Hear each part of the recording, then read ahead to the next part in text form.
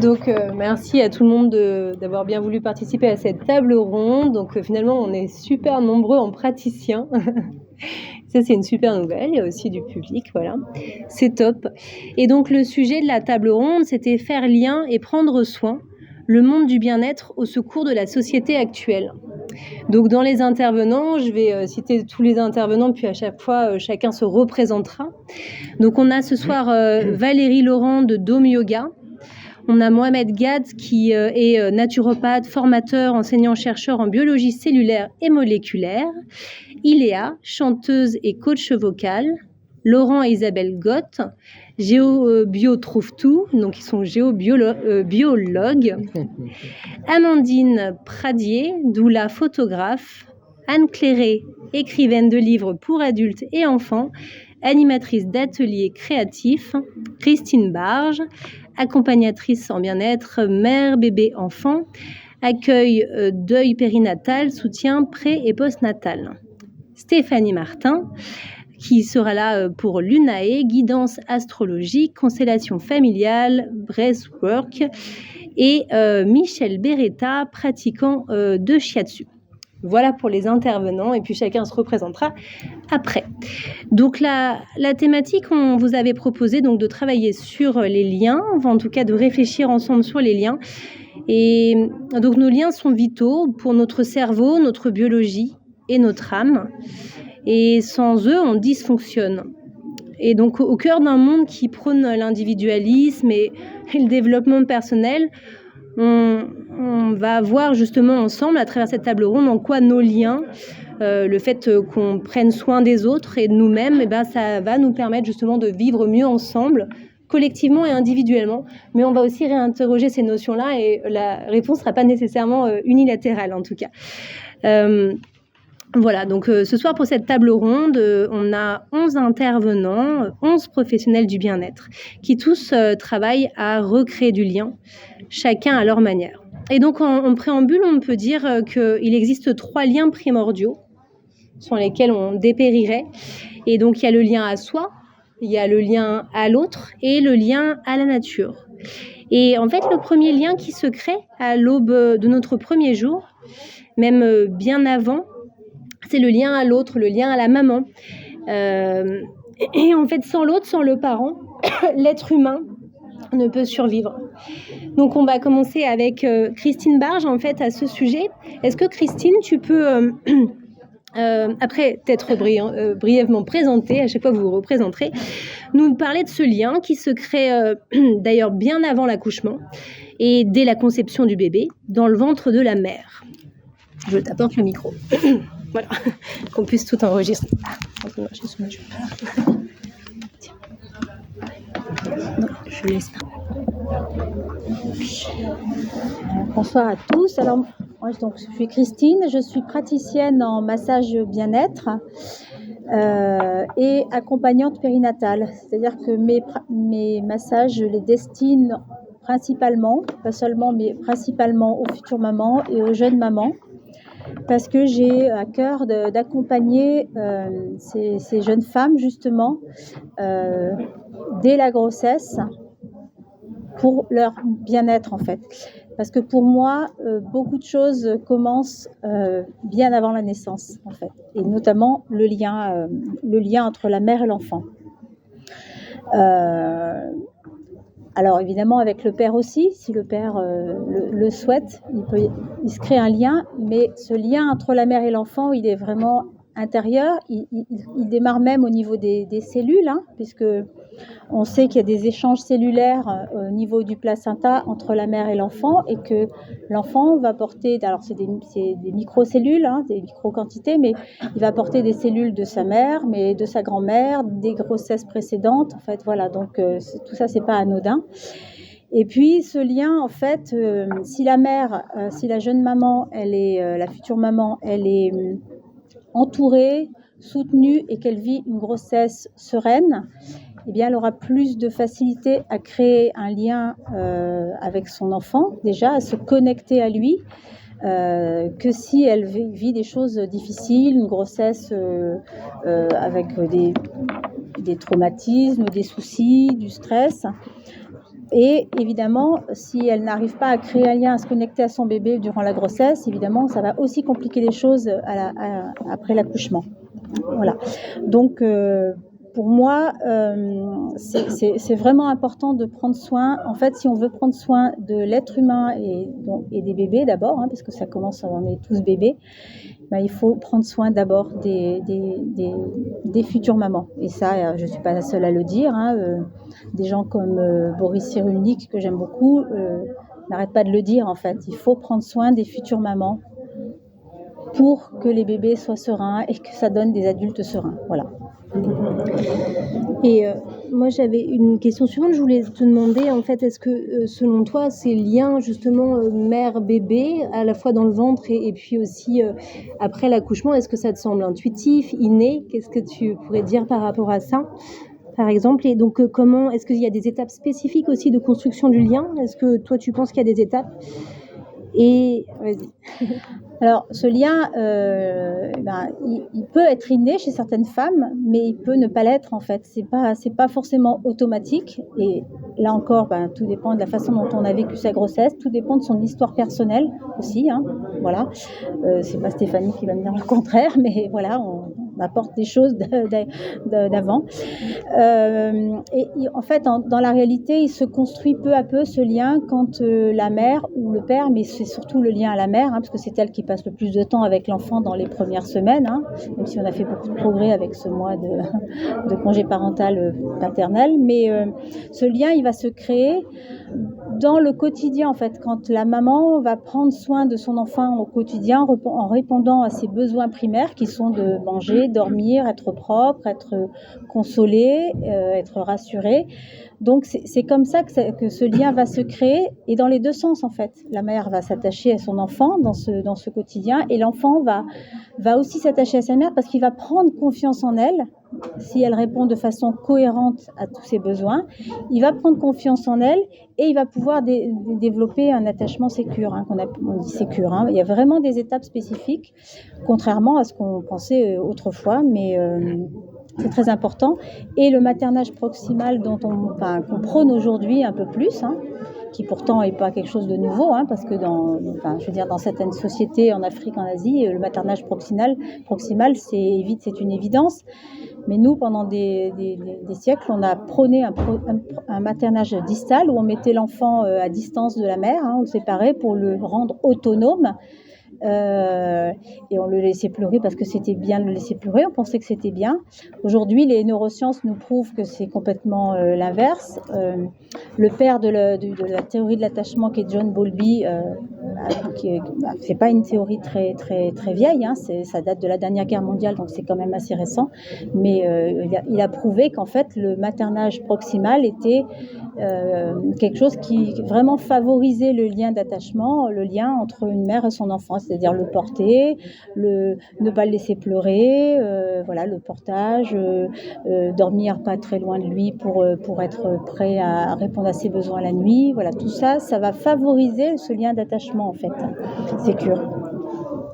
Et justement, ça fait partie de ces nouvelles manières de tisser des liens, en fait, ces manières aujourd'hui de tisser des liens entre la maman et l'enfant, tu dirais, ou est-ce qu'il y en a d'autres? En tout cas, ça c'est la principale, ce lien proximal dont tu parlais. Le maternage proximal, le massage bébé va aider aussi à ça. Moi, je propose des ateliers massage bébé et ça aide énormément.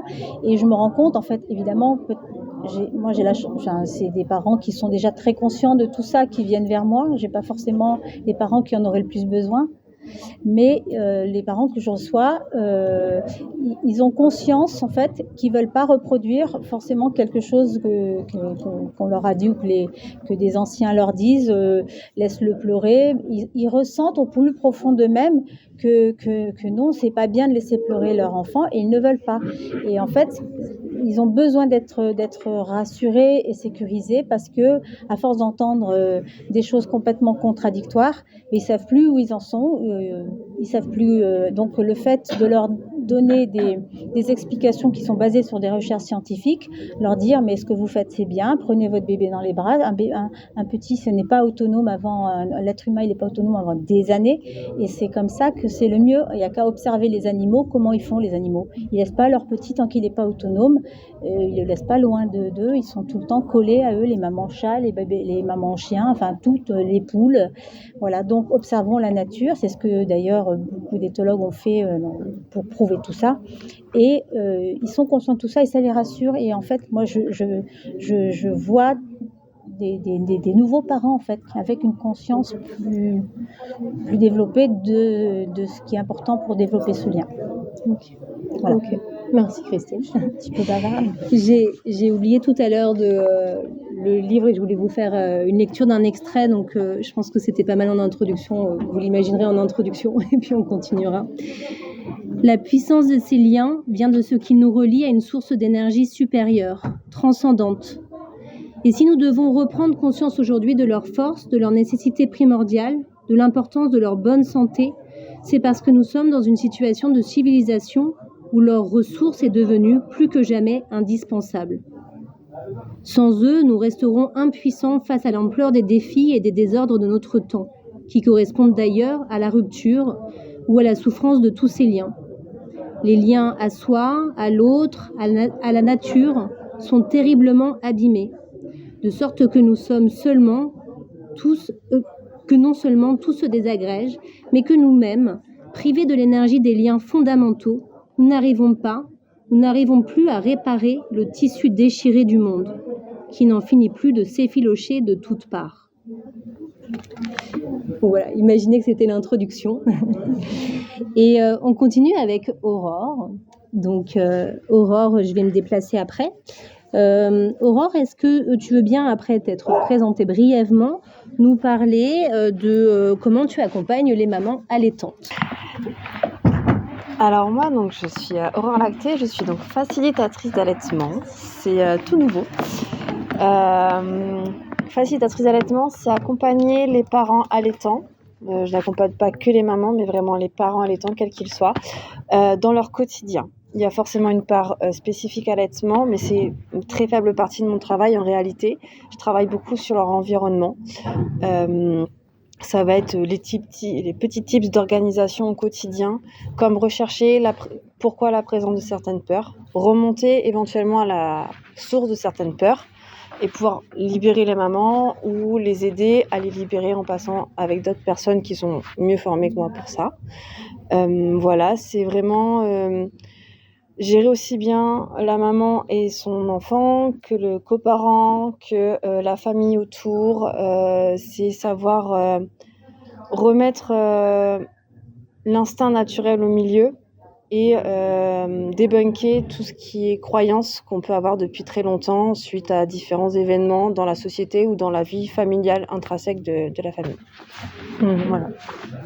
Et quand on a préparé cette intervention, en fait, moi j'avais un a priori, je te parlais du lien à soi finalement dans la facilitation à l'allaitement, et finalement ce dont tu m'as parlé, c'est de la notion de village, oui. En fait.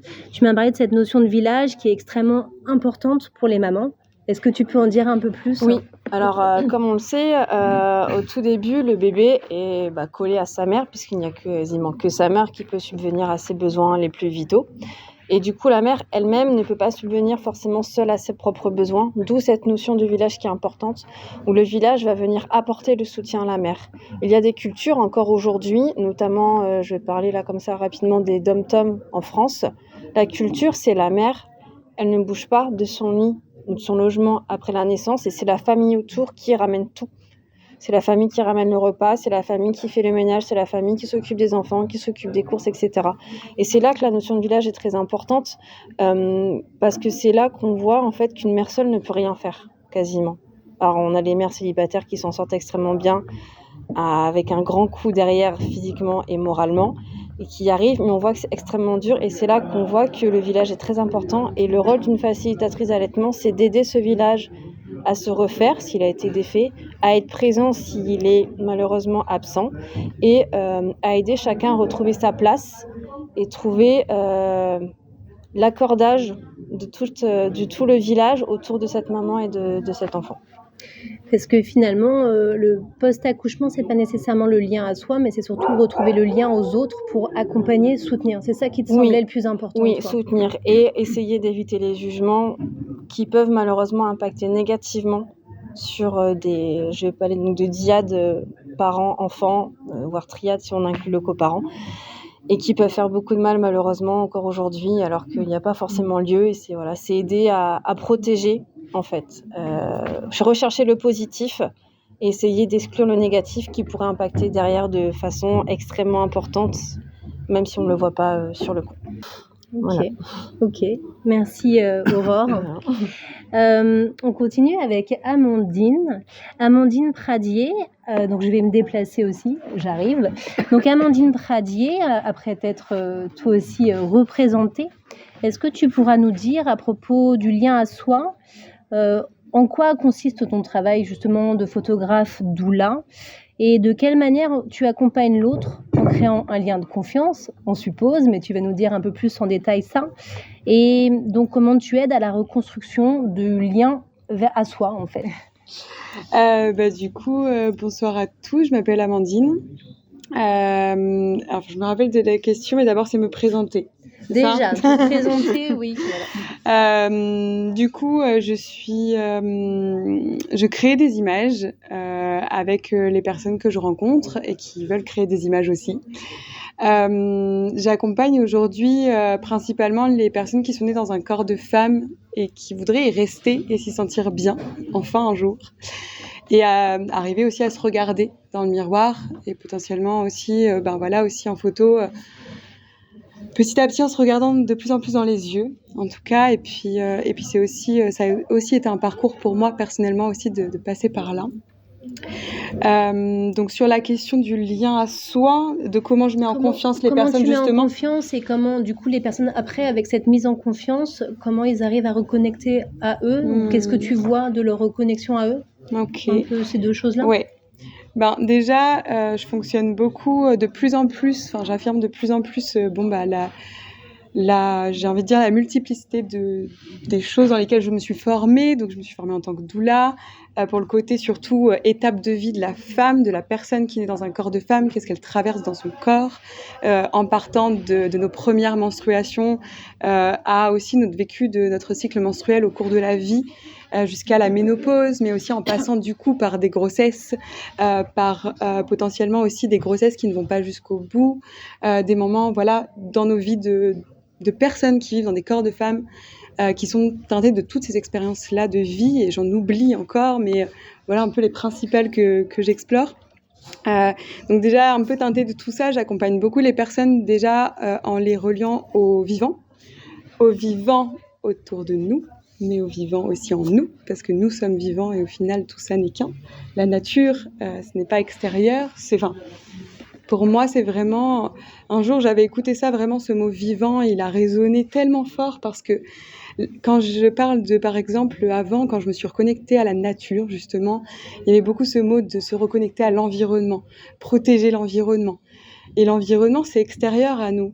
Et moi, je crois que je me suis vraiment reliée justement à cette nature, à cet environnement, au moment où j'ai compris que c'était plutôt, pour moi en tout cas, se relier au vivant, et que finalement, c'était aussi me relier à moi. Et je pense que du coup je partage vraiment mon cheminement parce que c'est comme ça que j'accompagne aujourd'hui, parce que j'ai envie d'accompagner comme ça. C'est vraiment que moi ça m'a permis, avant je pouvais pas me regarder dans un miroir en face, j'ai fait du mal à mon corps, je n'acceptais pas mon image, mon corps, tout ça, et c'est le fait de me reconnecter d'abord à la nature, donc en la gardant à l'extérieur de moi pour pas trop faire de lien tout de suite parce que c'était trop violent pour moi, de me regarder en face et de me dire je peux potentiellement m'apprécier et m'aimer. Donc j'ai d'abord reconnecté avec le vivant, et c'est aujourd'hui ce que je propose aux personnes, c'est de reconnecter peut-être par le biais des saisons, notamment de la nature, peut-être au début le voir différemment, le voir un peu extérieur de nous, et puis petit à petit, comme j'accompagne, dans le process de mon accompagnement, j'ai toujours, ne serait-ce que des fois par mes images, en fait, finalement j'ai rien besoin de dire, c'est un peu ma manière principale de communiquer pour pas m'étendre trop et pas tout mentaliser. mais en fait, par les images, les personnes comprennent qu'elles font partie de ça. Il suffit d'une image en pleine nature, où il y a que nous, ou nous avec un proche, ou voilà. En fait, je photographie la vie, donc ça m'amène à photographier des familles. Parce que justement, concrètement, en fait, tes moments photographiques de doula, comment ça se passe? Si tu peux nous décrire un peu plus ça, on se rend compte, ouais, justement. concrètement. Vas-y. Concrètement, du coup, aujourd'hui, c'est plutôt des temps d'image, que j'appelle des temps d'image, c'est-à-dire que c'est un moment où on va vivre. Et malheureusement, on fait pas ça souvent. C'est très triste à dire. Et j'ai eu très mal quand je me suis rendu compte de ça. Et j'ai encore très mal à chaque fois où je le fais plus. Où je me rends compte que là, finalement, je suis pas en train de vivre. Je suis en train de, je sais pas, de faire autre chose. En tout cas, de pas vivre l'instant, de vivre le moment, le présent. Et du coup, l'idée pendant mes temps d'image, c'est justement de vivre, en fait. Et du coup, on est confronté à nous, à l'autre. Et puis, on se rend compte des liens aussi qu'on a, que ce soit à l'autre ou à soi, ou au vivant, si on se retrouve en pleine nature et que là, tout d'un coup, on s'arrête, on respire. Moi, je travaille aussi avec le bercement, donc c'est-à-dire que je peux être amenée, j'utilise ce qui est là aussi, ce que j'ai, et puis en fonction de la personne et du moment, je vais utiliser aussi le bercement, donc pour un premier pas vers le lâcher-prise, de se laisser porter en fait sur un tissu et juste commencer un premier pas pour justement le moment qu'on va vivre ensemble et pour se laisser vivre au maximum. Donc ça passe par des pauses sacrées de 30 minutes à des reportages d'histoires précieuses de famille qui durent 2 à 3 heures où on vit. Pour le coup, avec les enfants... Mais vous faites des balades Ouais, voilà, on vit quoi, en fait. Ah on ouais, vit, donc c'est le quotidien, ouais. En fonction des personnes, ça va être en effet faire des balades. Ok. D'autres personnes, et puis ça dépend aussi de la saison, ça va être aller au bord du feu et puis jouer à un jeu de société. Enfin, Ok. voilà, et du coup, on se laisse vivre. Et puis, c'est encore plus facile avec les enfants, parce que clairement, c'est ce qu'ils nous montrent, c'est ce qu'ils font. Et ils nous poussent d'ailleurs dans nos retranchements, parce que justement, ils nous montrent en face que nous, on ne vit pas. Vraiment. Donc, les reportages famille, ça a été un peu la porte d'entrée. Et puis, petit à petit, je le propose aussi en portrait, pour se reconnecter aussi à soi et remettre du beau, de l'amour dans notre rapport à l'image de soi et à l'estime de soi, en fait. Parce que c'est possible, même quand on part de loin. Voilà, c'est un peu mon message pour ma propre histoire. Ok, ça marche. Merci du coup Amandine. Et justement, on va continuer avec Stéphanie. Est-ce que tu pourrais nous dire, Stéphanie, après t'être présentée brièvement, justement aussi sur cette question d'interconnexion, du lien à soi, du lien à l'autre, qu'on a déjà aussi un peu entendu de ce que disait Amandine, c'est-à-dire il y a quand même un moment où elle a senti qu'il y avait du vivant en elle et qu'elle a voulu transmettre cette idée de il y a du vivant en moi et je vais te montrer qu'il y a du vivant aussi en toi. En somme, c'est ça que je pense que tu fais à travers ton travail et donc je pense qu'on est un peu tous dans ces perspectives-là. Mais toi, comment tu le dirais avec tes mots, cette idée de lien à l'autre, lien à soi et de comment montrer le vibrant en l'autre. Oui, alors moi donc c'est Stéphanie, je suis thérapeute holistique et moi j'accompagne principalement sur le côté transgénérationnel en fait, travailler ou revisiter son histoire familiale, questionner son héritage familial, qu'est-ce qui nous a été transmis, que ce soit consciemment, peut-être des croyances avec lesquelles on a grandi, le type de famille dans laquelle on a grandi, l'ambiance de notre enfance, etc. Et puis, qu'est-ce qui a été transmis aussi, mais qu'on voit moins de manière inconsciente, c'est-à-dire tout ce qu'on peut observer dans le transgénérationnel des émotions qui peut-être n'ont pas été pleinement vécues, éprouvées par nos ancêtres et puis qui continuent à se transmettre, des traumas, des schémas répétitifs, des secrets aussi qui continuent comme ça à parcourir l'arbre familial, même si du coup on n'en a pas forcément conscience puisque c'est des secrets, hein, c'est l'idée. Donc voilà, moi j'accompagne en fait à décortiquer tout ça, en se posant des questions, en questionnant son histoire, mais pas que, aussi en questionnant l'énergie en fait et ce qu'on ressent à l'intérieur de nous. Donc moi, si je devais résumer mon travail, d'ailleurs c'est comme ça aussi que je le résume un petit peu, mais l'idée c'est vraiment de reconnaître son passé l'accepter tel qu'il est, qu'il soit confortable ou inconfortable, qu'il y ait des choses qui sont très belles et puis des choses qui le sont peut-être un petit peu moins ou qui nous ont fait souffrir, mais reconnaître que ça existe et que de toute façon, même si on met de l'énergie à faire comme si ça n'avait pas existé, on peut rien y faire en fait. Donc être vraiment dans l'acceptation pleinement de ce passé. Pourquoi ? Pour pouvoir s'ancrer dans le présent en fait et justement pas avoir à retourner dans ces histoires passées, qu'elles aient plus le même impact en tout cas sur nous, qu'elles fassent partie de notre héritage mais sans nous impacter au présent. Donc pouvoir accueillir le présent et pour s'approprier l'avenir, pour construire aussi notre propre avenir libre de toutes les choses qui peut-être jusque-là étaient trop pesantes pour nous et en accord aussi avec les valeurs qui ont pu nous être transmises. Donc voilà, un peu l'idée de faire le tri en fait dans cet héritage familial et de garder ce qui est juste pour nous. Et donc pour faire ça, j'accompagne avec différents outils que sont de l'astrologie, des constellations familiales et puis le travail du souffle, le breathwork. Voilà, donc tout ça, c'est mes outils que je mets à disposition pour travailler là-dessus. Et sur la question du lien... Oui, et puis on avait aussi parlé tout à l'heure de cette idée qu'on parle de crise de lien en ce moment. Mais toi, en fait, c'est pas nécessairement comme ça que tu le dirais. D'ailleurs, c'est pas forcément une crise de lien où tu les réinventes, où tu t'aides à ce qu'on accepte nos liens, quels qu'ils soient. Exactement. Voilà, par rapport à cette idée de crise de lien, on avait parlé de ça aussi. Oui. Moi, je vois beaucoup de personnes, au contraire, qui en ce moment ont envie de se reconnecter à ces racines-là, qui prennent aussi conscience de l'impact que ça a pu avoir sur leur construction aujourd'hui. Donc, l'idée, c'est vraiment... pas de retourner dans le passé juste pour remuer le passé et peut-être se faire du mal, mais justement pour pouvoir aussi se reconnecter à soi, parce que je pars du principe que, de toute façon, c'est une évidence, on vient tous d'une famille, peu importe la relation qu'on a eue avec nos parents biologiques, en tout cas, peu importe qu'on les ait connus ou non d'ailleurs, c'est une évidence qu'on a tous un père et une mère biologiques, et donc on porte aussi cette histoire. Donc, pour moi, ces liens, effectivement, c'est plus replacer les liens à leur juste place, questionner ces liens-là, peut-être déposer effectivement des liens qui peuvent aujourd'hui être entravants, trop lourds, et renforcer les véritables liens qui sont les liens d'amour en fait.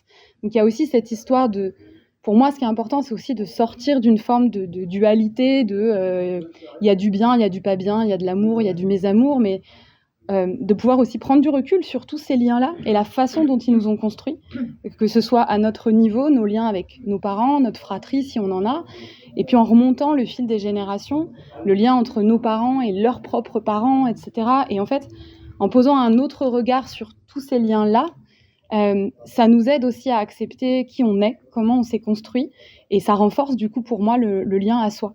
Donc c'est vraiment cette idée-là. Ok, merci Stéphanie. Avec plaisir. On continue maintenant avec Gad. Gad, je vais me déplacer vers toi, mais je te pose la question d'abord, après que tu te sois présenté brièvement. Est-ce que tu pourras nous parler de la manière dont tu accompagnes les personnes en consultation ? Voilà, déjà dans un premier temps. Bonjour à tous, je suis Mohamed Gad, je suis... pour parler un peu de moi, je dis après presque 15 ans dans la recherche, l'enseignement, les études cliniques et scientifiques, j'ai réalisé qu'en fait dans mes démarches il manquait quelque chose, et dans lequel la personne elle devient le centre de mon travail. Donc pour faire court, je suis tombé dans la marmite de la naturopathie, dans lequel je trouvais qu'en fait la personne elle devient dans le centre. Et suite à ça, maintenant j'ai ma centre de formation en naturopathie, donc j'informe les thérapeutes, les personnes qui aimeraient spécialiser sur l'intervention, sur certaines problématiques chez les personnes, certaines maladies qui aimeraient accompagner dans un cadre de bien-être. Dans le cadre de naturopathie, en fait, comme je viens de le dire, la personne devient le centre. Donc, il y a ce qu'on appelle la triangle de bien-être, dans lequel on trouve 3 éléments essentiels, tout ce qui est émotionnel, tout ce qui est lié avec la physique, le corporel, et tout ce qui est lié avec l'environnement de la personne.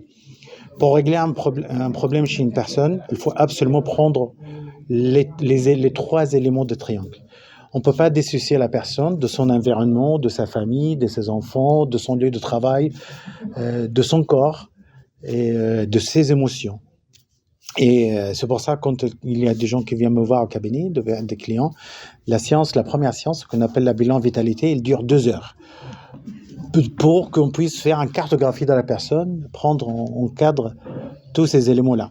Dans le cas de naturopathie, il y a beaucoup de techniques. Je veux dire, il y a centaines et centaines de techniques, mais donc chaque naturopathe, il adopte les techniques qui reflètent sa personnalité.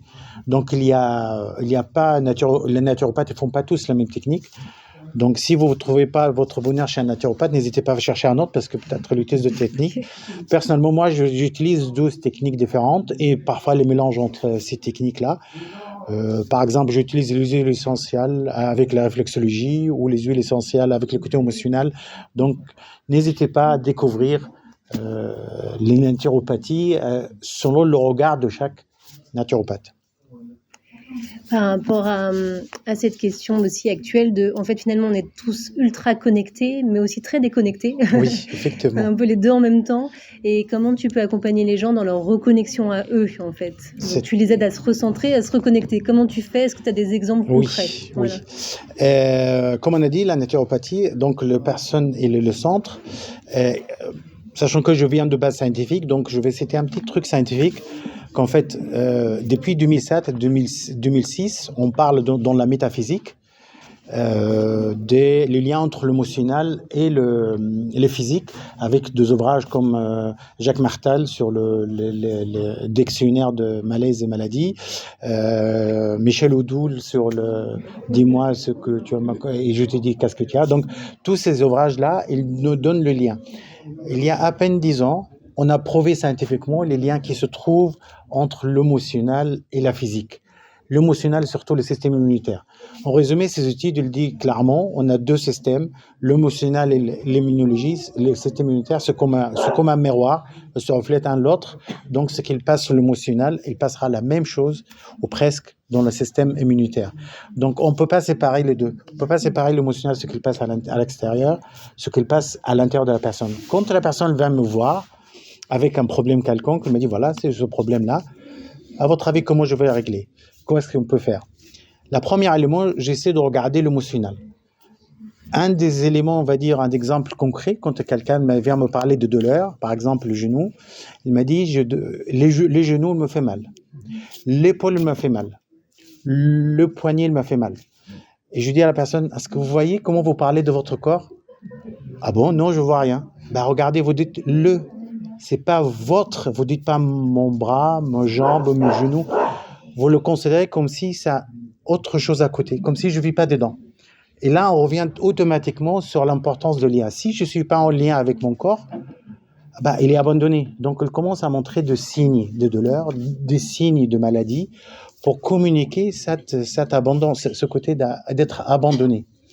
Donc, il y a une partie émotionnelle déjà pour que ce que j'appelle la personne prendre possession de son corps. Une fois qu'on a pris possession, là, on peut commencer à travailler sur ce côté-là dans un cas de bien-être pour essayer de trouver une sortie de problème. Bien sûr, dans le cas de naturopathie, il y a 3 niveaux. On parle émotionnel, fonctionnel et lésionnaire, ce que j'appelle moi le tour Eiffel. Malheureusement, c'est pas la même beauté comme notre tour Eiffel, mais si vous regardez bien, il y a l'émotionnel, la première lettre d'émotion. Fonctionnel, c'est le F, et le L, lésionnaire.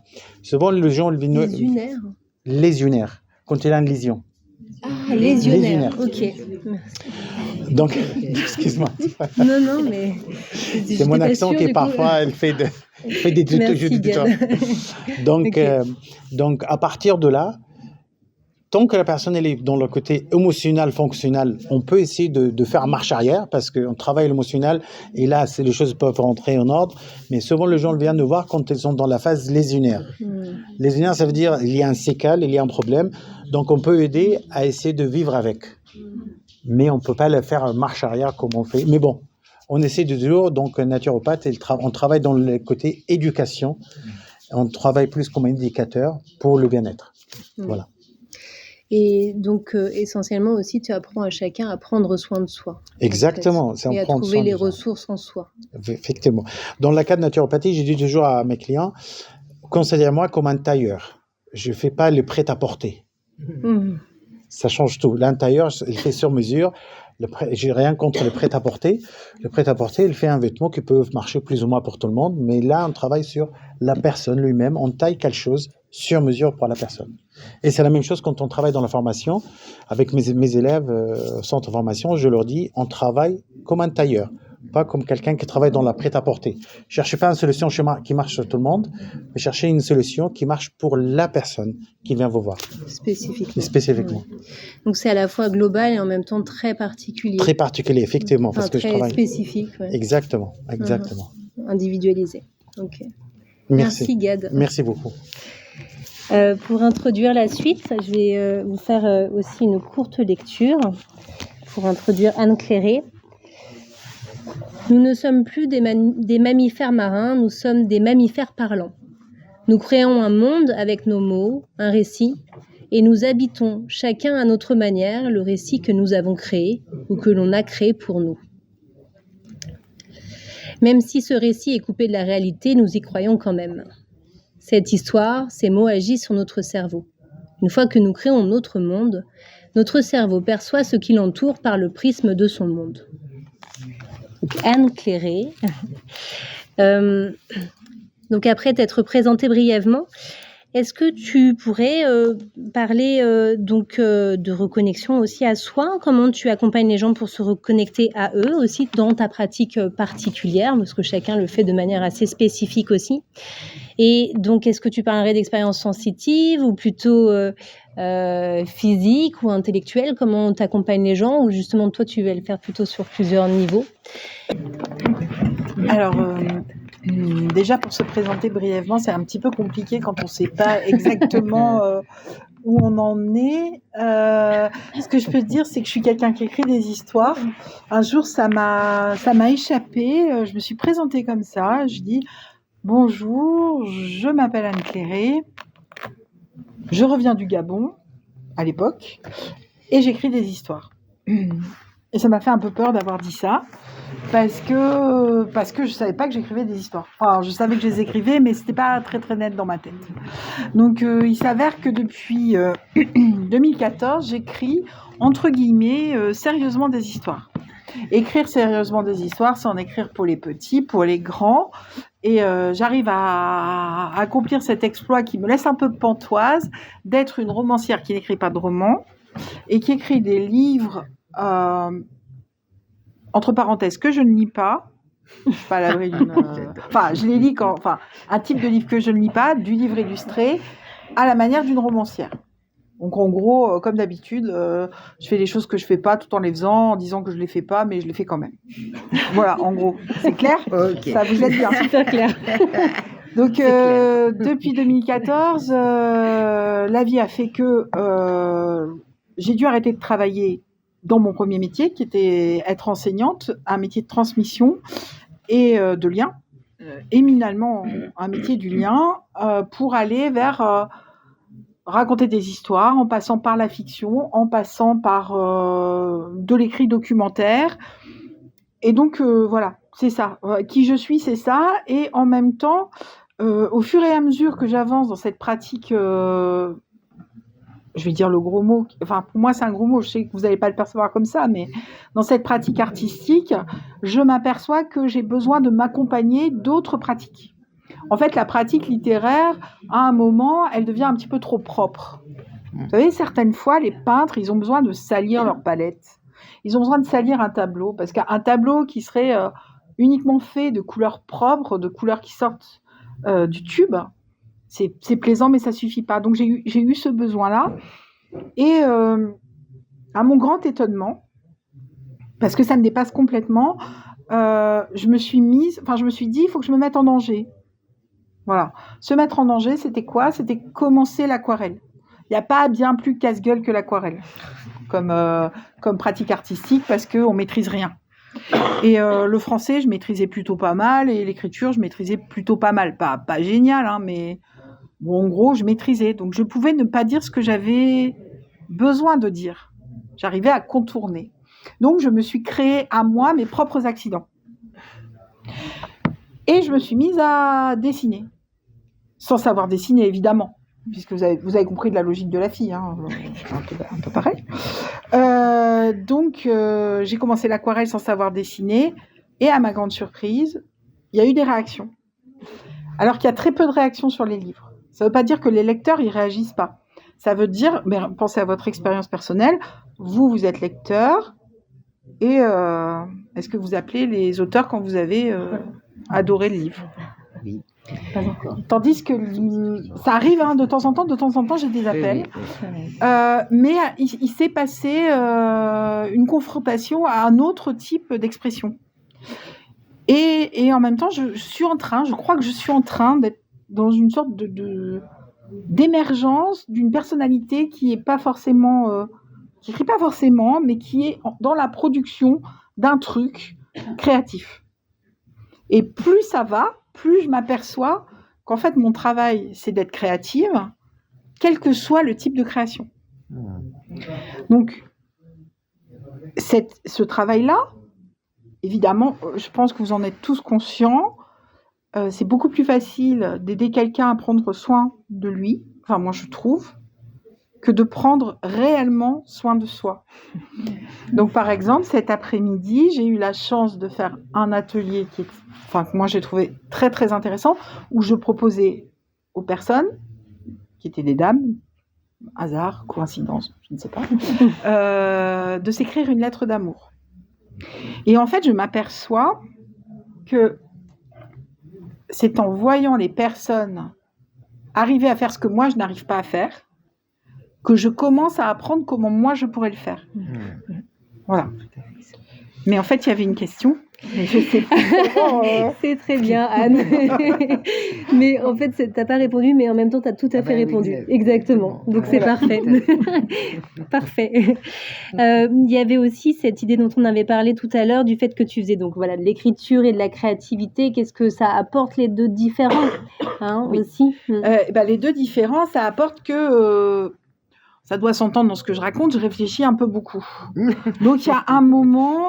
il faut arriver à plus réfléchir. Et plus réfléchir, c'est se casser la figure quelque part en essayant, parce que je ne fais que des pratiques artistiques que je ne maîtrise pas. Et que personne, enfin, c'est pas que moi je les maîtrise pas, c'est que c'est immaîtrisable. L'aquarelle, on peut faire un truc classe et tout, mais il y a toujours un moment, il peut y avoir une fusion. La fusion, elle est inattendue. Elle est vraiment dans l'ordre du vivant, parce que le papier bouge, parce que suivant la température qu'il fait, suivant la nature du pigment, il y a des pigments qui vont nous proposer d'avoir 2 couleurs, qui vont scinder en 2 couleurs. Donc, en fait, en expérimentant ça, j'expérimente un mot à la mode, qui est le lâcher-prise, qui pour moi...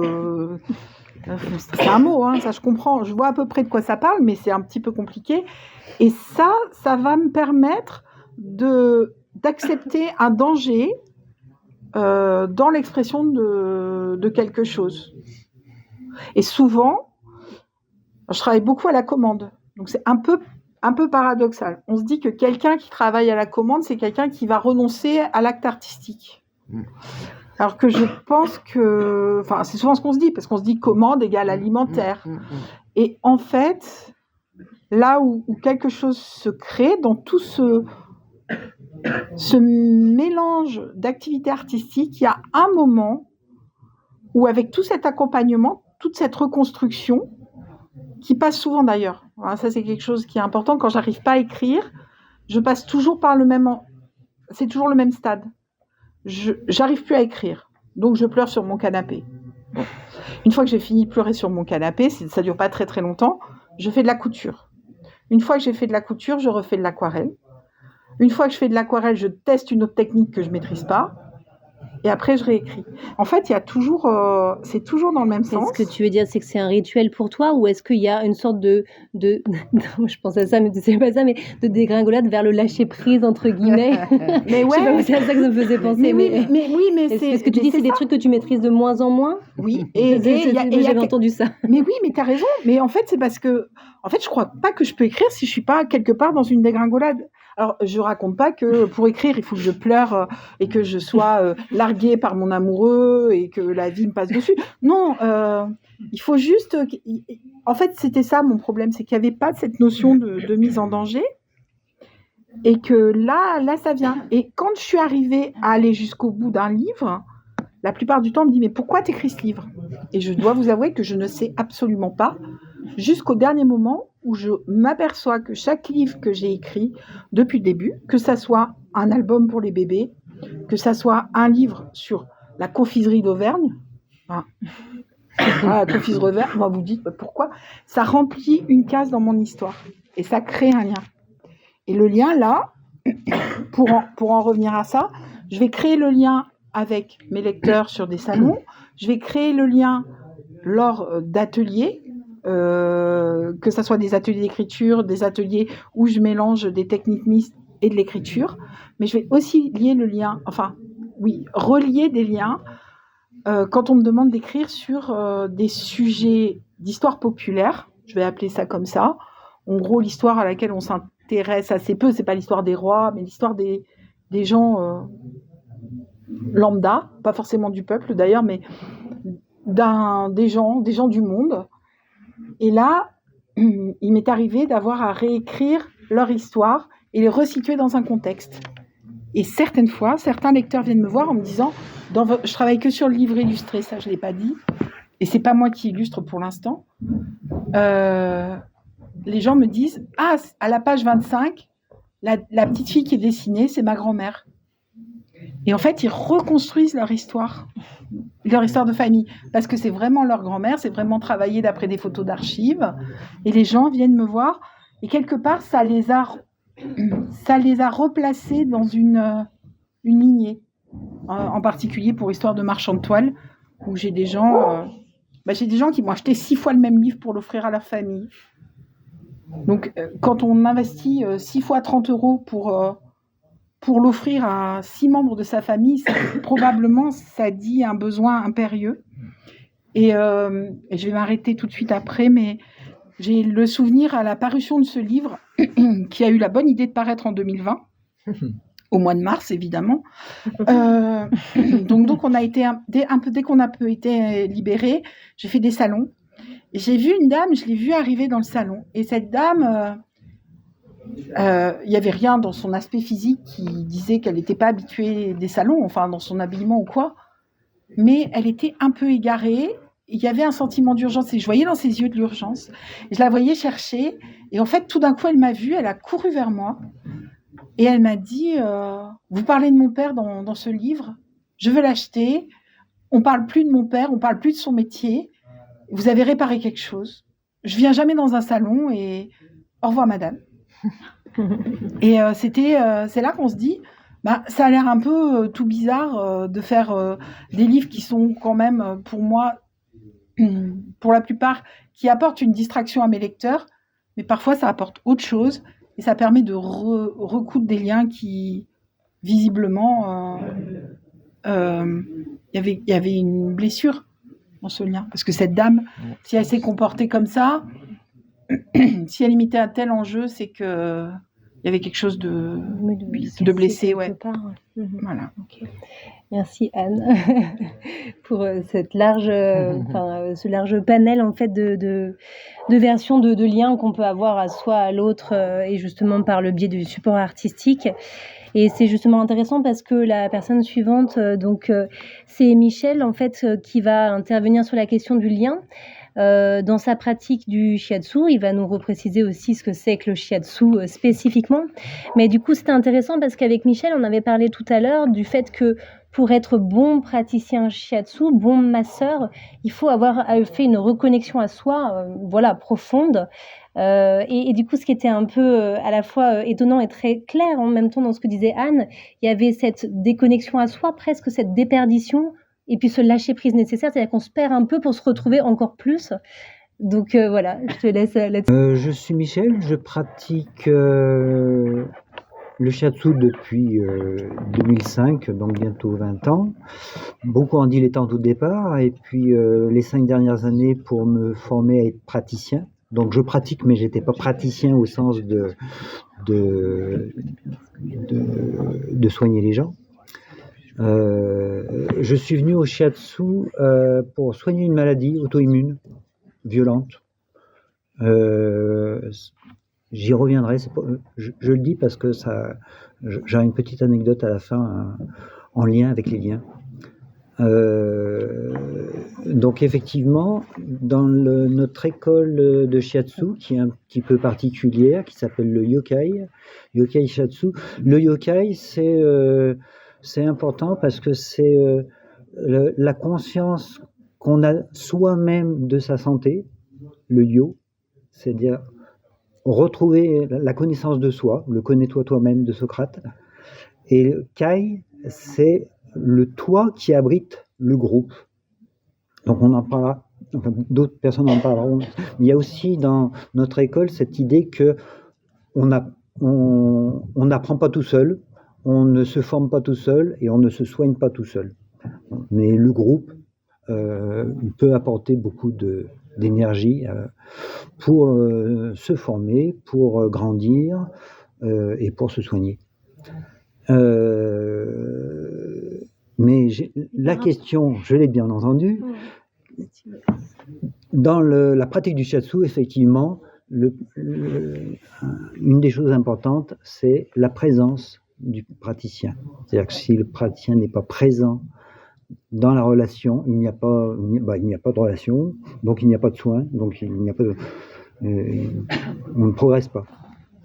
Donc c'est un préambule, c'est que avant de prétendre s'intégrer dans une relation de soins, il faut être connecté avec soi-même. Donc, comment fais-tu pour être connecté avec toi-même? Donc ça, je pense que c'est pas du tout spécifique au shiatsu, mais c'est dans toute relation de soins, c'est se retrouver. Donc comme dans le shiatsu est quelque chose de très pragmatique, hein. Donc c'est méditer, c'est se mettre en silence. Quand on fait des stages de shiatsu, c'est 6h du matin, 1 heure de méditation assise en silence.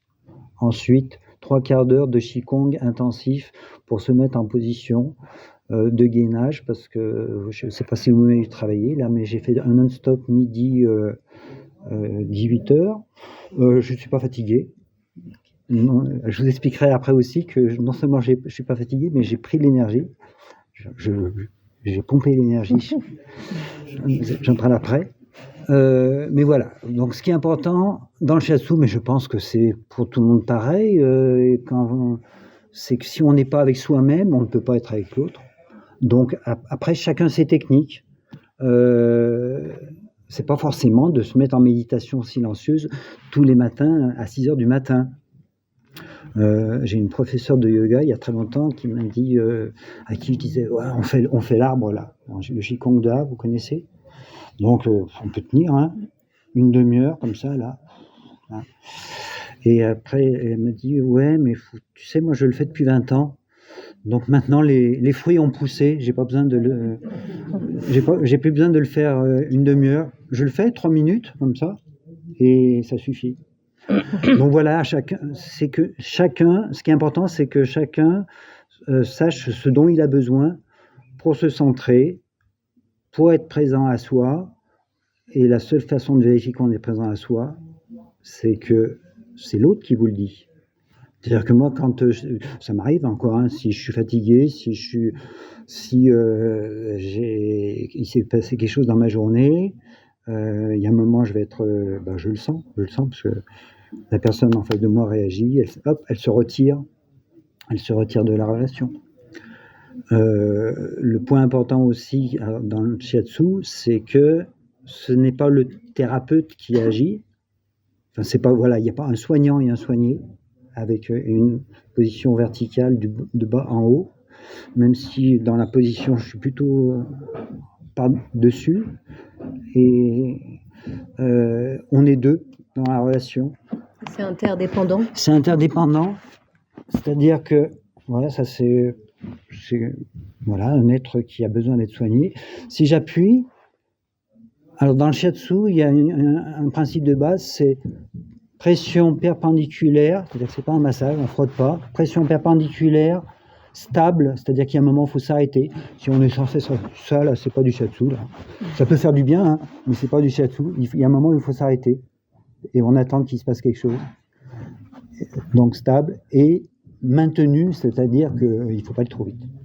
Il y a un moment où il faut s'arrêter et attendre, et là on a une réaction. C'est-à-dire que là, voilà, la personne qui est dans la relation agit, elle s'en rend compte ou pas, mais il y a quelque chose qui se passe, et moi je l'entends qui dit « ouais, je suis là ». Ou alors je l'entends dire « oh, je m'en vais ». Si je lui fais trop mal, si j'appuie trop fort, des fois elle dit « oh, je m'en vais ». Donc voilà. Et, donc moi je suis là. Là, je suis praticien.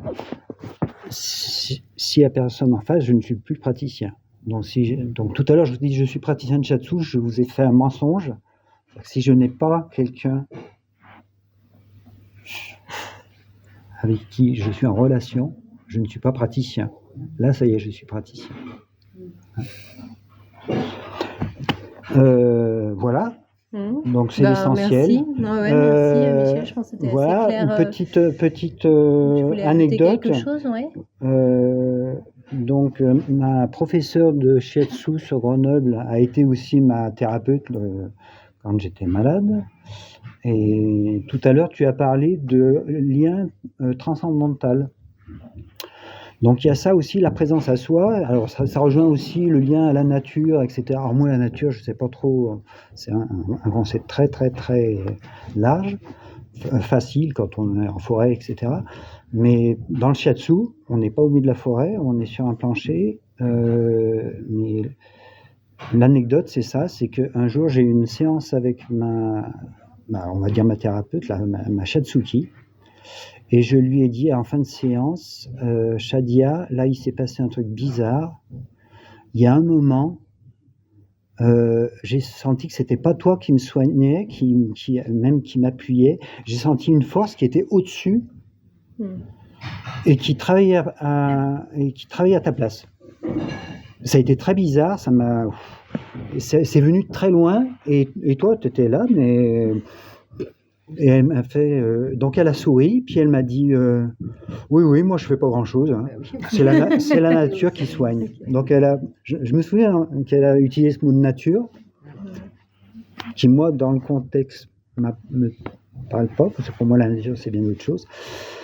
On peut l'appeler le cosmos, c'est la force transcendantale dont tu parlais.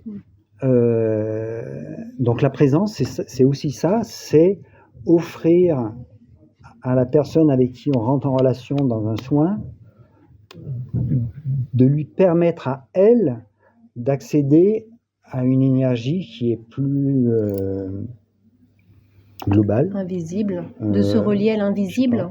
De se relier à l'invisible, sachant, et puis c'est, voilà, donc ça, et c'est aussi pour moi très important, c'est-à-dire que je sais que quand je soigne, c'est pas moi qui soigne. Moi, je suis là qu'un intermédiaire pour que la personne retrouve son pouvoir d'auto-guérison. Donc, je sollicite, et puis si elle réagit pas. C'est pour ça que rien n'est anticipable en shiatsu. Des fois, ça se passe, des fois, ça se passe pas. Et c'est comme ça. Et la dernière anecdote, c'est que tout à l'heure, je vous ai dit... c'est qu'en vérité, quand je fais du shiatsu, je me ressource autant que je donne, peut-être plus. C'est pour ça que je suis en pleine forme maintenant. 6 heures de shiatsu. Donc je remercie toutes les personnes que j'ai traitées il y a quelques-unes. Vous m'avez apporté beaucoup d'énergie. Super. Merci à vous. Merci. Donc merci Michel pour aussi ton témoignage. Et on continue maintenant avec Emmanuel Ponsignon. Emmanuel, après t'être présenté brièvement, si tu veux bien, tu pourras, toi, à ton tour, nous parler de ton rapport au lien. Justement, dans tes pratiques, quelles sont tes techniques? Et justement, c'était plutôt bien que vous soyez l'un après l'autre, puisque Michel a commencé à parler du lien avec l'invisible, et je pense que tu vas pouvoir en parler à la suite. Voilà, si tu veux continuer. Donc, je suis Emmanuel. Une douleur, une fatigue. Soulagez-vous est là pour vous accompagner à retrouver forme et santé. Quel beau programme. La fatigue est intéressante parce qu'elle a plusieurs origines. Il faut juste aller chercher la bonne. La douleur, elle est intéressante. Elle a plusieurs origines. Il suffit d'aller chercher la bonne. Et la bonne origine, c'est pas moi qui dit toi t'es fatigué parce que t'as trop travaillé aujourd'hui. Non, c'est pas moi. C'est les messages que je vais recevoir de par la personne que je vais avoir en face de moi. J'ai commencé par de la communication animale et je me sers de cette communication animale pour discuter avec les personnes qui viennent me voir en séance. En plus du blabla mental qu'il sait faire et le blabla physique également, soit dit en passant, des choses très intéressantes ressortent de ces échanges. Mais le dialogue, qui n'est pas parlé, mais qui est reçu, est tout aussi important. Car là, c'est l'âme de la personne qui va me répondre. Et l'âme, elle sait ce dont elle a besoin pour pouvoir guérir le corps physique. Tout ce qui se passe en haut revient en bas, tout ce qui se passe en bas revient en haut. C'est indéniable, on est indissociable. Les différentes techniques, en fait, j'ai été les chercher partout sur la planète. En Afrique, au Canada, en Chine, au Japon. Parce qu'en fait, la médecine telle que je la pratique, c'est une médecine qui a plus de 2500-3000 ans d'âge. Médecine traditionnelle chinoise, c'est utilisé depuis la nuit des temps chez les Chinois. De là, on a découlé la naturopathie. Je suis également naturopathe. Mais ça a un lien avec... parce qu'avoir une technique, c'est bien, mais si on ne peut pas derrière dire à la personne, vous faites tel problème, ou il se passe telle chose, parce que vous ne savez pas respirer, ou parce que vous ne savez pas que l'aliment que vous consommez vous empoisonne plus que ne vous fait du bien, elle ne peut pas changer ses pratiques, et donc elle ne peut pas aller sur le chemin de la guérison.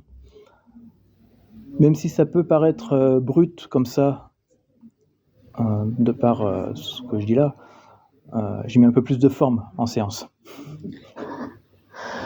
C'est pas...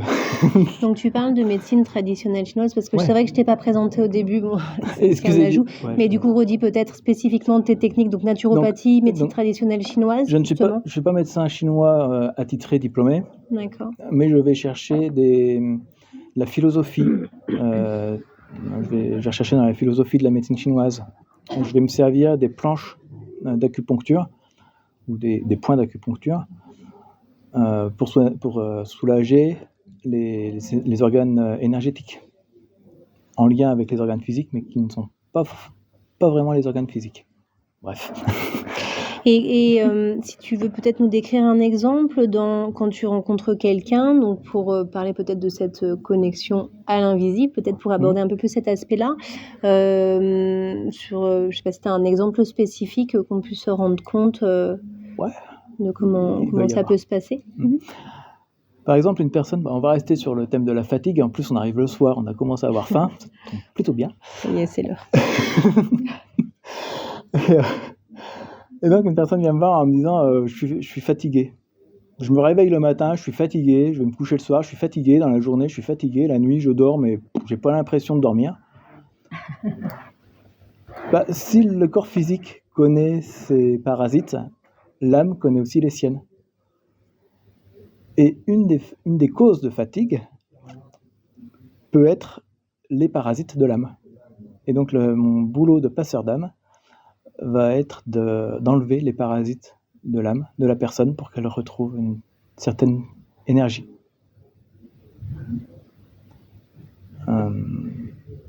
Et après, ça va être complété par...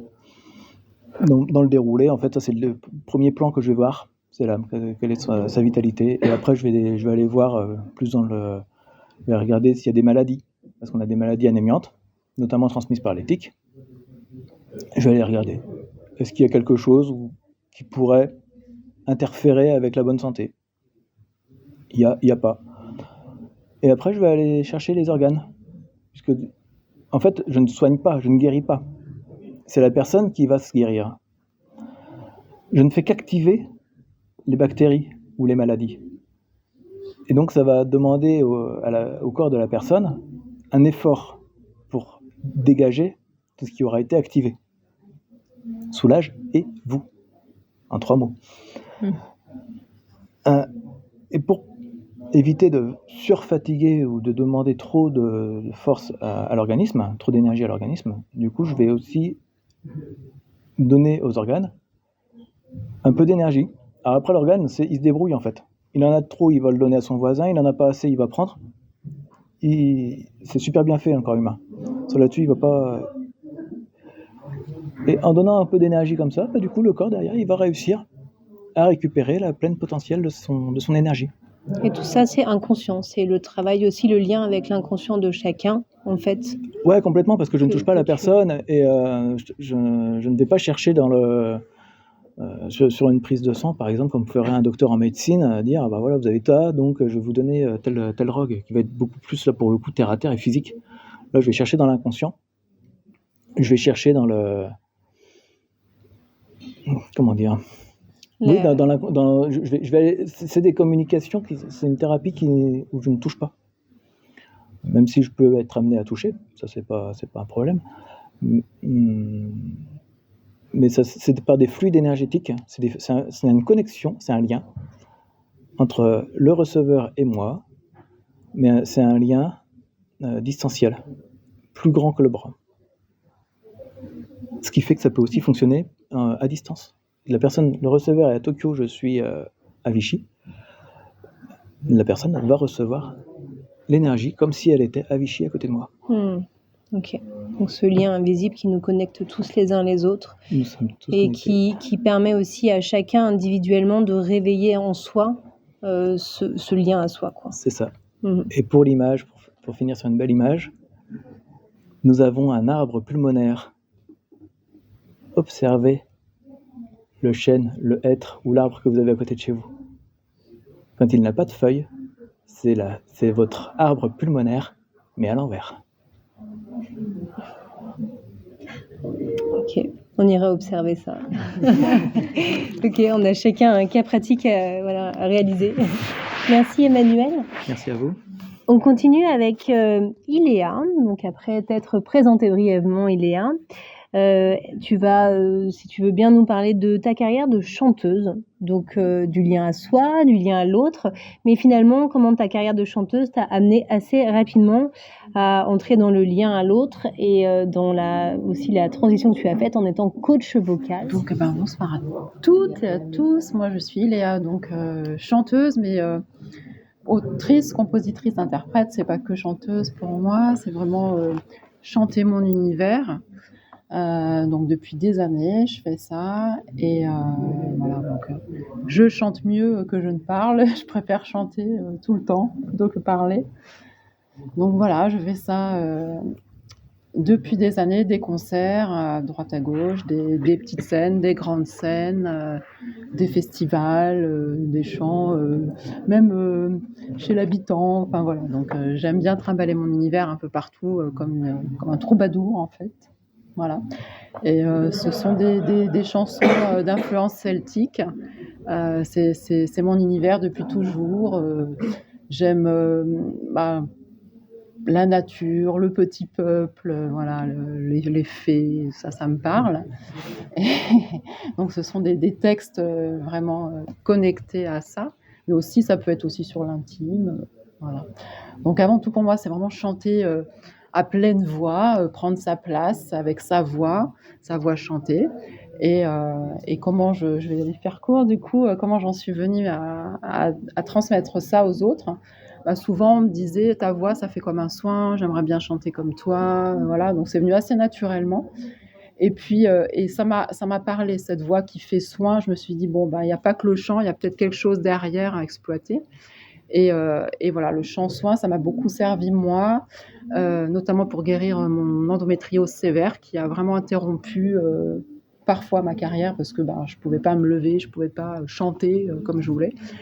Et voilà, à force de faire des soins aussi par la voix, des sons, des voyelles, j'ai compris qu'on pouvait aussi se soulager, se guérir, entre guillemets, ouais, mais vraiment en tout cas, aller chercher en soi, faire vibrer en soi les sons.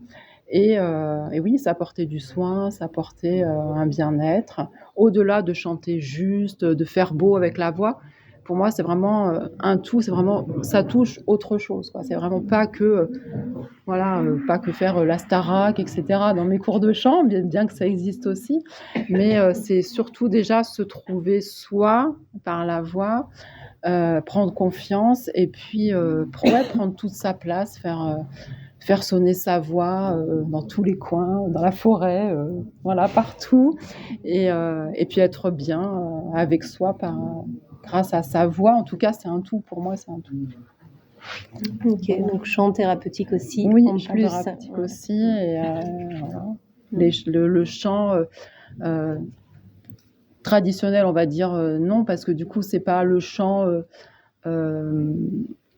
comme on peut l'apprendre dans les cours de chant classique. J'ai fait 7 ans de conservatoire. On apprend à chanter, on apprend les techniques, et oui, ça sert. Mais pour moi, vraiment, se détacher de cette technique aussi pour pouvoir libérer la voix, d'avoir une bonne technique, de chanter bien, ça suffit pas. Il faut aussi, pour faire de la scène et être bien partagé avec son public, aller chercher en soi pour pouvoir transmettre ses messages et puis être vrai, être vraiment authentique avec soi par rapport à cette voix-là qui se met en soi. Souvent, on me dit, je chante comme une casserole, les cours de chant, c'est pas pour moi. Ça te rappelle quelqu'un. Et moi, je dis au contraire, mes cours de chant, ils sont justement pour libérer cette voix, apprendre, l'apprivoiser, la trouver belle, et puis petit à petit lui faire confiance et trouver une autre voix que la voix traditionnelle, dans les cours de chant traditionnels qu'on ne trouve pas forcément. Voilà. Oui. Pour continuer, parce j'ai aussi évoqué beaucoup cette idée de lien à la nature. Donc je vais dire juste un court extrait encore, et puis tu nous parleras de ton lien à la nature et aux animaux, puisque c'est aussi très présent dans ton univers. Se lier à plus vaste que soi. Le besoin de relation avec la nature est-il un besoin psychologique fondamental au même titre que la relation aux autres ? Il semble que les effets positifs du contact avec la nature soient universels et transcendent les âges et les cultures. Le terme de biophilie, initié par le psychanalyste Erich Fromm, désigne l'amour passionné de la vie et de tout ce qui est vivant. Plus récemment, selon la définition d'Edward O. Wilson, il s'agirait de la tendance innée à se concentrer sur la vie et les processus semblables à la vie. Voilà. Comment toi tu as ressenti ce lien à la nature qui, je crois savoir, est présent depuis très longtemps. Oui, et comment, c'est parce qu'il y a cette idée vraiment d'inné finalement. C'est pareil pour tout le monde. On se rend en pleine nature et ok, on est relié, on se sent connecté, on se sent ancré tout de suite. Ça. Et d'ailleurs, Amandine en parlait aussi tout à l'heure. Oui, c'est ça. Ouais. Il y a quelque chose d'intuitif, quoi. Très simple en fait. Voilà, on n'a pas besoin d'être quelqu'un d'autre. La nature nous accueille comme on est. Donc je trouve que pour moi, ça m'a parlé.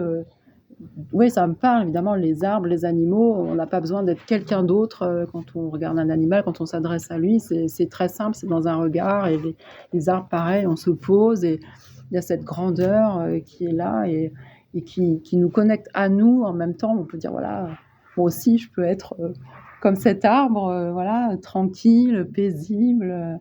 Par moment, après on peut être aussi en colère par moment aussi, etc. Mais en tout cas, ça nous replace aussi vers soi et plus grand que soi. Je trouve il y a pour moi dans la forêt, c'est vraiment quelque chose de sacré aussi, mais dans le sens beau, palpable de tout. Enfin, on peut palper ce qu'on a à l'intérieur de nous qui est beau et qui est du même ordre. Pour moi, c'est ça la connexion à la nature, aux animaux. C'est difficile d'exprimer ça, tout ce qu'on ressent, parce que du coup, c'est vraiment le ressenti. Tellement intuitif aussi, et tellement ancré. Mettre des mots dessus, ce serait ça. Aussi un petit peu, pas divulgacher, mais un peu transformer un petit peu ça. Transformer cette beauté. Le mental, il va toujours essayer de d'interpréter, alors que bon, si on est dans la nature, on se connecte à la forêt, d'autres dimensions. Voilà. Et ce qui m'a choquée aussi, par rapport au chant, c'est ces petits oiseaux qui ont une puissance énorme avec leur voix, alors que voilà, tout est puissant, on entend les oiseaux de loin et que nous, on n'arrive pas. Enfin voilà, il faut vraiment se reconnecter et avoir une voix puissante aussi, travailler, retrouver ça en soi. Et c'est ça aussi qui m'impressionne, c'est que ça paraît simple en fait dans la nature. Et, voilà, bon, c'était une petite parenthèse avec les oiseaux, je trouve ça impressionnant. Edith Piaf, quoi, peut-être.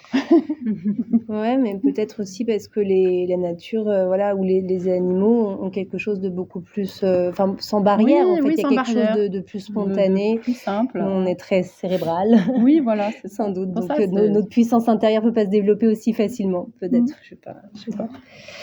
Ok, merci Léa. Merci à toi. Merci à vous. On va continuer encore avec Laurent et Isabelle, peut-être justement sur une transition, parce que du coup, Laurent et Isabelle et ensuite Valérie, on va aborder des points de vue un peu différents de cette question. On va un peu transitionner, on va bifurquer. Donc, Laurent et Isabelle, go.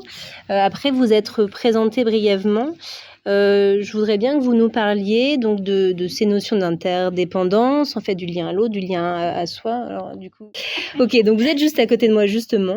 Et donc, dans cette relation d'interdépendance, vous parliez surtout de cette question aussi des liens parfois qui peuvent être toxiques, des choses qui peuvent entraver notre développement individuel. Et vous, comment vous interagissez avec ces lieux, ces environnements, ce monde de l'invisible aussi qui est présent dans ces environnements. Comment vous interagissez avec ces différents liens qui sont parfois aussi à modifier. Voilà. Vous allez expliquer justement comment vous les modifiez. C'est vrai que... Alors déjà, la géobiologie, ça a toujours existé. Ce qu'on ne fait plus, on parle beaucoup de gens sur le travail, des problèmes... tous les problèmes, moi, je fais aussi des soins, mais on ne parle plus des maisons. Avant, il y avait toujours un géobiologue, un sourcier, qui passait, regardait le terrain, où on devait construire la maison. On ne construisait plus une maison n'importe où, n'importe comment. Maintenant, à l'heure actuelle, un bout de terrain, 30 mètres carrés, on ne regarde même pas s'il y a eu en dessous... des problèmes, s'il y a de l'eau, s'il y a des failles, s'il y a eu un cimetière, un hôpital. Voilà, on construit. Donc on s'occupe plus du lieu en fait. Quand on change de maison, c'est pareil. On s'occupe pas des problèmes qu'il y a eu dans la maison. Il y a des maisons à divorce.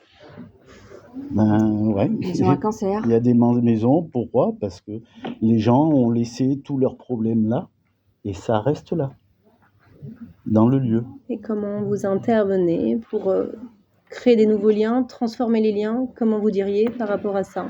Par rapport à ce lien avec l'invisible, en somme, de ces lieux-là, quoi. Après, souvent, les gens nous téléphonent justement, c'est souvent avec les enfants. C'est même pas eux qui ont vraiment les problèmes. Nous, on a les problèmes et on se les cache. On est fort.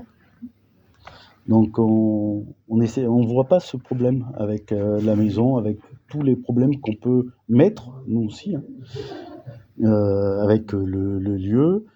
Et c'est souvent les enfants.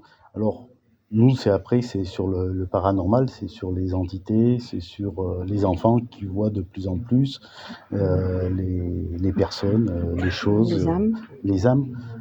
On a fait aussi des exploitations agricoles. Quand vous avez 80 vaches, 30 veaux, 4 chiens, depuis 3 ans qui n'arrête pas d'aboyer, qui a plein de soucis, et eux ils trichent pas. Et on va enlever toutes les âmes parce qu'il y a eu en fait un feu et qu'il y a plein de vaches qui sont mortes, mais les âmes sont restées là. Donc moi souvent dans les maisons où Même quand je fais des soins, j'ai des messages pour les gens. Vous les femmes, souvent, des fois je trouve, c'est le fœtus à l'intérieur que vous avez perdu et qui est toujours là. Dans cet exemple en fait dont tu parles, en fait, justement, t'es passeur, tu Oui, vas on est vraiment passeur, accompagner oui, la oui. personne, tu vas Mais soutenir. c'est pareil dans les maisons, c'est pareil dans tout. On soigne en fait. On soigne pas que la maison. On soigne pas que les maisons, on soigne les gens. Il y a souvent des problèmes. Il y a des problèmes. On reste 4-5 heures sur une maison, 3 heures. Il y a 4 souvent, heures. j'imagine aussi plusieurs choses que vous observez. Oui. Oui.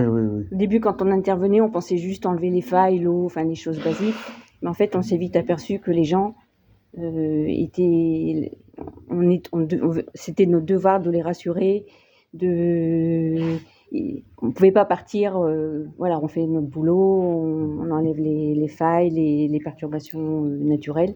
C'est aussi rassurer les gens, boire un café ensemble, passer du temps ensemble, les rassurer. C'est un tout, c'est la maison, c'est les gens. C'est soigner la maison et en même temps soigner les gens aussi. Et on est tous complémentaires. Et dans tous les domaines, on peut pas se passer des uns des autres. Des fois, pour moi, des fois, il faudra plusieurs thérapeutes pour soulager une personne. C'est pas qu'un thérapeute. Et il faudra peut-être passer par la géobiologie ou passer par un naturopathe, par un ostéopathe, partout. Mais le plus dur à trouver, je pense, c'est l'ordre par qui commencer. Et ça, Mais tu penses qu'il y a un ordre spécifique pour recréer ces connexions? Ça peut. De toute façon, les chemins se font naturellement, les reconnexions se font. Après, si tu fais des erreurs, tu bifurques. Oui, mais toi, tu dirais qu'il y a vraiment des étapes, mais parce qu'on puisse je pense comment les qu'il savoir. peut y avoir, par exemple, je vais prendre si tu as le bassin déplacé, tu vas d'abord aller voir un ostéopathe pour qu'il te remette en place. Après, pour faire mieux circuler l'énergie, tu vas aller voir un autre praticien. Mais si tu vas voir la personne avant pour faire passer l'énergie et que ton bassin est décalé, il va te dire oui, ton bassin est décalé, mais ça passera moins bien que s'il était en place. Toi, c'est cet ordre-là que je pense qui peut être important. Ouais. Moi, c'est mon avis à moi. C'est notre vécu. C'est notre vécu et c'est mon avis à moi. Mais on est tous ensemble pour travailler dans tout, dans les champs.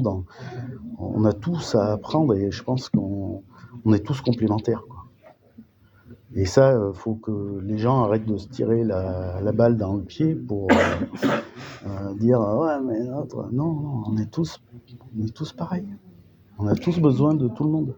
Et voilà, justement, peut-être pour finir là-dessus, merci Laurent et Isabelle.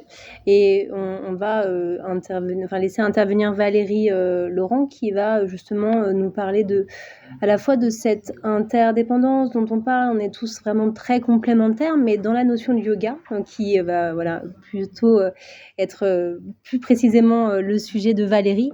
Elle va nous parler aussi de cette notion qu'on a de déconditionnement, d'être justement dans un détachement, en fait, cette notion de détachement.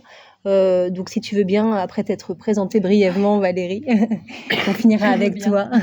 Merci. Voilà, nous parler de ces notions-là. Donner la parole. Et merci à vous de m'écouter. Je me demandais si c'était facile ou pas facile de passer après tous ces échanges très riches. Je partage tout à fait ce qui a été dit de cette complémentarité, de tous ces points communs qu'on peut avoir et en même temps les particularités qui enrichissent le propos. Alors pour brièvement me présenter, en ce qui concerne le yoga, je le pratique depuis l'adolescence, j'enseigne depuis, si je vous dis la chute du mur, ça vous fait loin peut-être pour certains, pour d'autres, je ne vois même pas où c'est, mais bon. Je l'ai d'abord enseigné parce que je l'avais reçu comme ça. Donc j'ai un point commun avec toi. J'ai fait conservatoire en chant lyrique et c'est mon professeur de chant qui nous faisait faire du yoga. Donc c'était un yoga qui était là pour préparer à quelque chose. Et donc c'était un yoga qui était très relié au souffle. Alors, on a assez peu parlé de respiration finalement. Hein. Peut-être que je vais dire un mot, je ne sais pas si c'est le lien, mais c'est le lien au souffle me paraît assez fondamental. Souffle premier, souffle la première respiration que nous prenons à la naissance, même s'il y a déjà des échanges gazeux in utero. Voilà, et j'ai continué à transmettre ce yoga à mes élèves. J'ai toujours été dans l'enseignement, dans la transmission. Quelqu'un a parlé de ce mot, ça m'a touchée, parce que j'enseignais le théâtre. Et donc là aussi, j'étais dans un yoga qui avait une fonction, en fait, de préparer à nouveau le souffle, le corps, mais aussi là déjà un peu plus peut-être la conscience de soi, l'ancrage. Puis c'est des gens plus jeunes, on n'était pas entre adultes, voilà. Et puis, ça continue à cheminer. Moi-même, je continue à pratiquer. Je me suis mis à pratiquer tous les jours, à pratiquer assez beaucoup, on pourrait dire.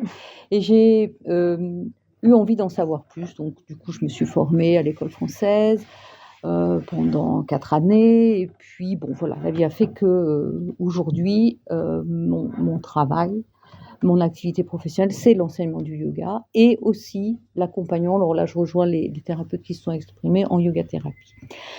Et bon, quand j'ai su qu'il y avait ce festival, j'étais ravie d'y participer parce que je revenais à Vichy, donc ça me permettait de prendre lien avec les gens du coin ou de reprendre lien dans d'autres modalités avec des gens que je connaissais déjà. Et je me suis dit, mais quel éclairage on pourrait donner par les textes, source du yoga. Bon, je vais essayer de ne pas faire trop lourd parce que quelqu'un a dit qu'il avait faim, c'est la fin de la journée, même si on n'est pas fatigué, nourri de l'énergie de tous. Mais bon, il y a 3 grands textes qui sont les Yoga Sutras, peut-être vous avez entendu, mais si vous n'avez pas entendu, mettez-le dans votre oreille, qui sont la Bhagavad Gita, au cœur du Mahabharata. Et puis, on peut aussi parler des Upanishads, qui sont des contes philosophiques, comme il y a dans beaucoup de traditions, et notamment dans les traditions orales. Et bon, j'ai eu envie d'aller plonger là-dedans, ça c'est mon côté prof, et puis de voir ce que j'allais pouvoir en tirer pour ce thème du lien. Et finalement, vous m'avez tous facilité les choses parce que chacun d'entre vous a donné une petite perle du collier que je pourrais présenter. À savoir que des fois on entend, on n'est plus relié à rien, on n'est plus relié à la nature, on n'est plus relié à soi, on n'est plus relié aux autres. Bon, peut-être. Partons de cette hypothèse-là. Mais comment on pourrait dire quelqu'un, je disais l'expression tout à l'heure, je me suis fait tout seul. Comment est-ce qu'on pourrait vivre sans être relié ? Sans être relié à l'air qui nous entoure. L'air qui nous entoure, il est fait... Alors peut-être que là, la nature est loin, mais c'est quand même un échange qui se fait avec cet air. Donc je pense que le lien, il existe. Mais... il est peut-être vécu sur un mode tragique, sur un mode négatif. Prenons le lien à la nature. Qu'est-ce qu'on fait, nous, êtres humains ? Parce qu'on a une particularité quand même, nous, des êtres humains. On est un peu inadaptés à tout. On n'a pas de poils quand il fait froid. Il nous manque... on n'a pas de grandes dents pour aller bouffer une bestiole. Alors on invente d'autres choses, on invente des fusils, on invente des... Vous voyez, il y a quand même quelque chose... Alors je le caricature... un peu, c'est un peu grossier, puis ça m'amuse de faire les choses sur ce ton léger, mais sous ce ton léger, il y a quelque chose qui est de l'ordre du lien tragique. Et parlons du lien à soi, on a souvent un défaut d'indulgence vis-à-vis de soi-même. On parle d'être bienveillant avec soi, mais il faudrait déjà être doux et tendre et s'accueillir. Et tout ça, c'est un vrai travail. Alors, qui est très certainement lié à nos conditionnements. Là, je vais revenir au fameux texte. Merci de me d'y reglisser. Les textes du yoga nous disent, pour se relier, il faut avant tout se délier. Qu'est-ce que c'est que ce truc ? Il faut d'abord se détacher. Et on va retrouver des choses que vous avez dites. On va se détacher déjà de nos conditionnements. On va se détacher peut-être de liens, non pas du lien qu'on va avoir à nos mères, à nos grands-mères, à nos grands-pères, etc., et à nos pays, à nos habitudes, mais à la modalité de ce lien. et à l'encombrement qu'ils vont être pour nous actualiser dans cette incarnation-là, dans cette vie. Quand je dis dans cette incarnation, n'y voyez pas la métempsychose ou la réincarnation. Non, mais là, maintenant, tout de suite. Voilà, qu'est-ce qui fait que là, maintenant, tout de suite, je vous parle en lien avec mon père, ma mère, tout ce qui est là, et que vous m'entendez avec vos liens, et que ça vibre beau. Et non pas ça vibre moche, ou ça vibre... Il y a un truc... Voilà. Bon. Donc, se délier de ça, se délier des conditionnements, même dans la Bhagavad Gita, je vous en parlerai demain dans la conférence, j'ai la traduction magnifique de Gandhi et ses commentaires, et il dit, mais même abandonner les rites, abandonner les religions, alors c'est un brahman quand même qui dit ça, abandonner tout ça.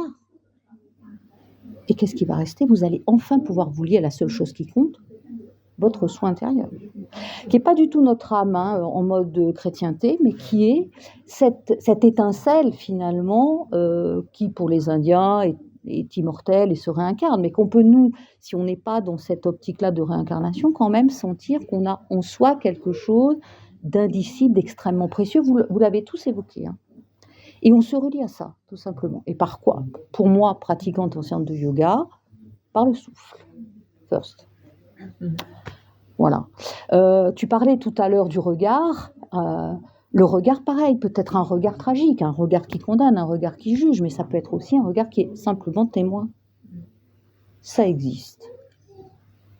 Celui qu'on essaye de cultiver en yoga et en méditation. Le témoin, c'est dans les Yoga Sutras, mais c'est vraiment exactement celui qui prend et qui, et là, bon, je peux conclure sur cette histoire de délier-relier, qui va se relier aux autres, à la nature, alors dans un lien moins tragique, je vais revenir sur les yamas,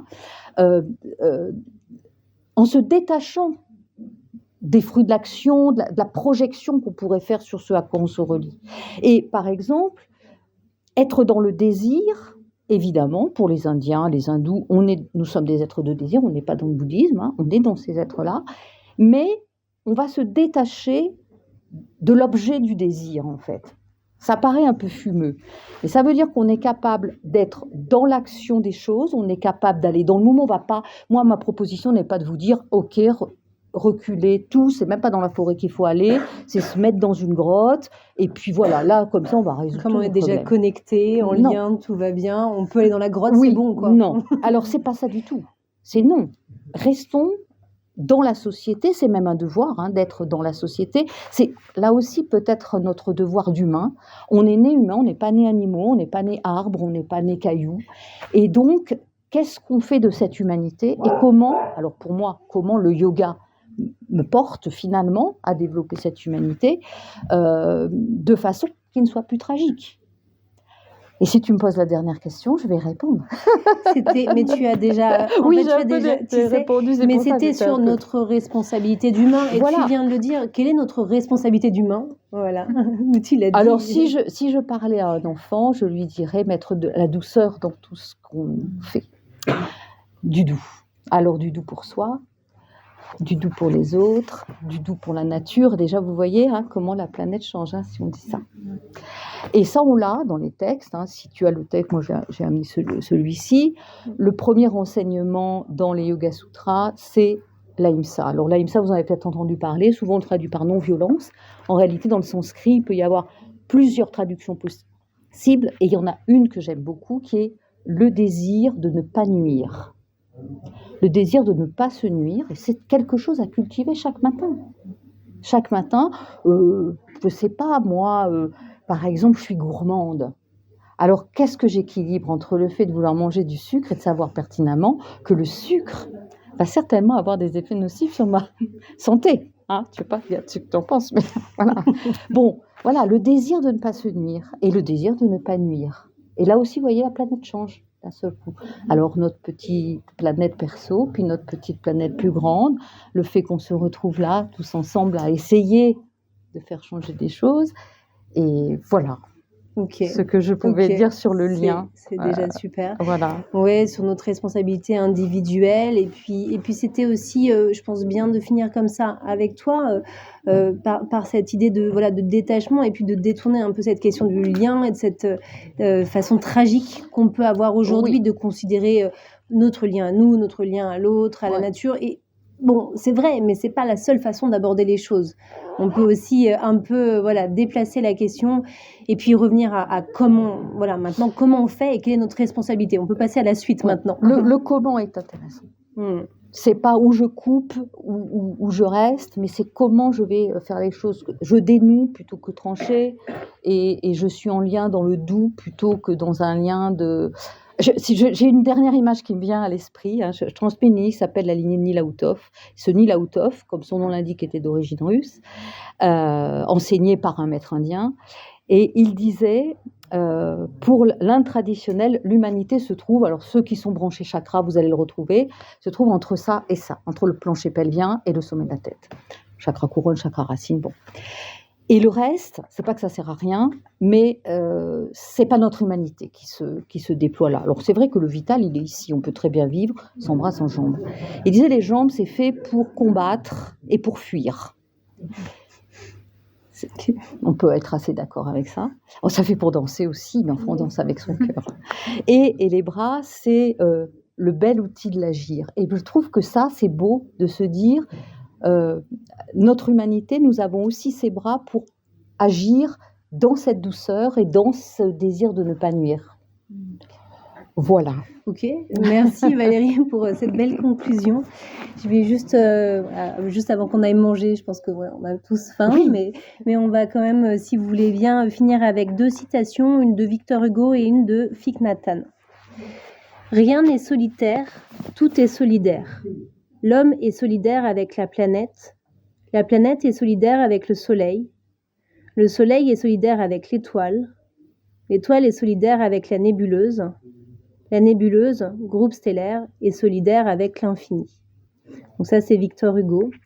Et la deuxième citation que je vous propose, de Thich Nhat Hanh, c'est « Rien n'a de soi séparé et rien n'existe par soi-même.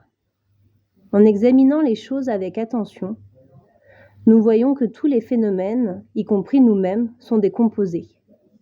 Nous sommes faits de notre mère, de notre père, de nos grands-mères, de nos grands-pères, de notre corps, de nos sensations, de nos perceptions, de nos formations mentales, de la terre, du soleil et d'un nombre incalculable d'éléments non-soi.